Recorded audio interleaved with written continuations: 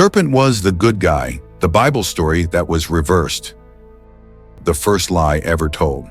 What if the greatest deception in human history didn't begin in modern times, but in the Garden of Eden?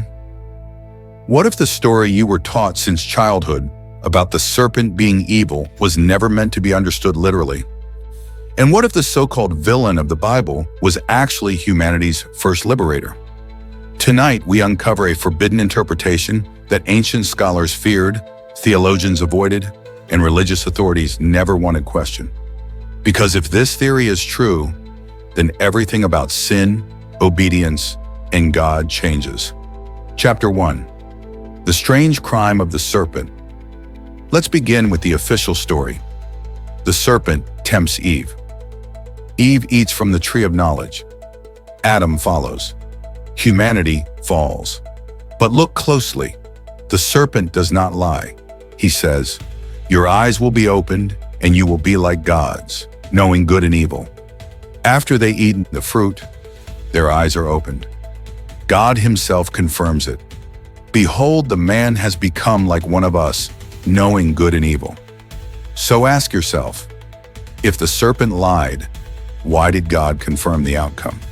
Chapter 2. The tree God didn't want you to touch. The tree was not called the tree of sin. It was called the tree of knowledge. Knowledge of what? Good, evil, duality, awareness. Adam and Eve were not punished for disobedience alone.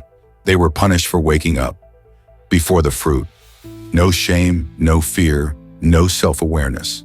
After the fruit, consciousness, morality, individual identity. This wasn't corruption. It was evolution.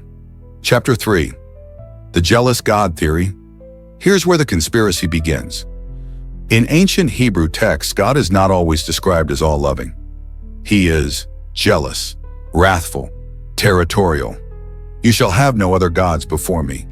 Why say this unless other gods existed? What if Eden was not paradise, but a containment zone? A place where early humans were kept, ignorant, dependent, obedient. And the serpent? The only one brave enough to say, "You don't have to remain this way." Chapter 4. Serpents as symbols of enlightenment. Across ancient civilizations, serpents were never evil. They symbolized wisdom, rebirth, healing, knowledge. Examples: the Kundalini serpent, spiritual awakening; the Caduceus, medicine; Egyptian serpent gods; Mesoamerican feathered serpents. Only later did the serpent become demonized. Why? Because serpents don't kneel. They awaken. Chapter 5. Lucifer was not Satan. Here's a shocking fact. The Bible never explicitly says the serpent was Satan. That connection came centuries later. Lucifer was light bringer. What does light do? It reveals. It exposes. It destroys ignorance. Lucifer wasn't cast out for evil. He was cast out for rebellion through knowledge.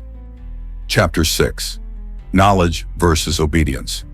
This is the real war of the Bible, not good versus evil, but knowledge versus obedience. Every system of control depends on fear, authority, blind faith. Knowledge threatens that system, which is why the serpent is cursed, curiosity is punished, questioning God leads to exile. Ask yourself, why would an all-loving God punish curiosity? Chapter 7. The fall was not a fall. What if the fall of man was actually the rise of humanity? After Eden, humans create, humans build, humans question, humans choose.